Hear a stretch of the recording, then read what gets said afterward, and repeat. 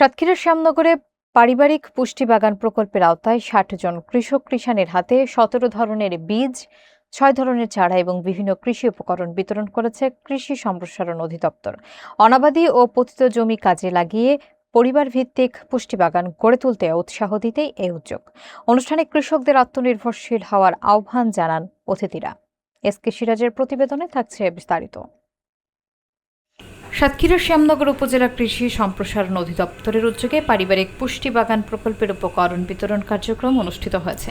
এই প্রকল্পের মাধ্যমে উপজেলার ৬০ জন কৃষক এবং কৃষানের হাতে অনাবাদি পতিত জমি এবং বাড়ির আঙিনায় ব্যবহারের জন্য বিভিন্ন ধরনের কৃষি উপকরণ হস্তান্তর করা হয়। বুধবার উপজেলা কৃষি সম্প্রসারণ অধিদপ্তরের কার্যালয় থেকে এসব উপকরণ বিতরণ করা হয়। অনুষ্ঠানে প্রধান অতিথি হিসেবে উপস্থিত ছিলেন খুলনা অঞ্চলের অতিরিক্ত পরিচালক মোহাম্মদ রফিকুল ইসলাম এবং সাতক্ষীরার উপপরিচালক মোহাম্মদ সাইফুল ইসলাম। অতিথিরা কৃষকদের হাতে ১৭ ধরনের সবজি বীজ, ৬ ধরনের চারা, একটি বালতি, একটি নেটের ব্যান্ডেল, রাসায়নিক ও জৈব সার তুলে দেন। মতবিনিময়ের সময় প্রধান অতিথি জানান, সরকারি সহায়তার মাধ্যমে প্রতিটি পরিবার তাদের আঙিনায় পুষ্টি বাগান তৈরি করে নিজেদের প্রয়োজন মেটানোর পাশাপাশি অতিরিক্ত সবজি বিক্রি করে আয় বাড়াতে পারবেন। তিনি আরও উল্লেখ করেন, এই উদ্যোগে ভবিষ্যতে কৃষকদের আত্মনির্ভরের দিকে এগিয়ে নিয়ে যাবেন।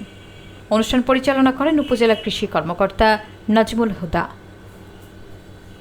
কৃষি থেকে যে পুষ্টিকর যেগুলো দিচ্ছে এগুলো আসলে কার্যকর, যেমন পেয়ারা, আম, তেঁতুল আছে, লেবু আছে, এরকম বিভিন্ন সবজি দানা আছে, এগুলো আসলে পুষ্টিকর।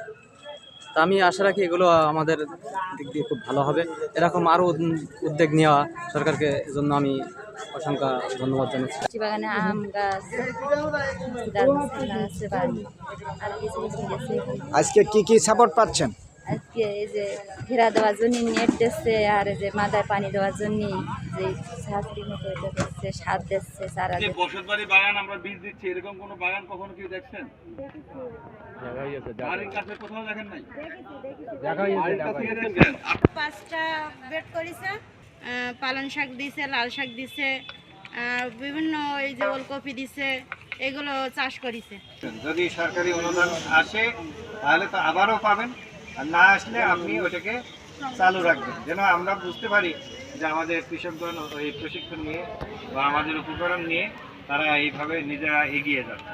এই আশাবাদ ব্যক্ত করে আমি শেষ।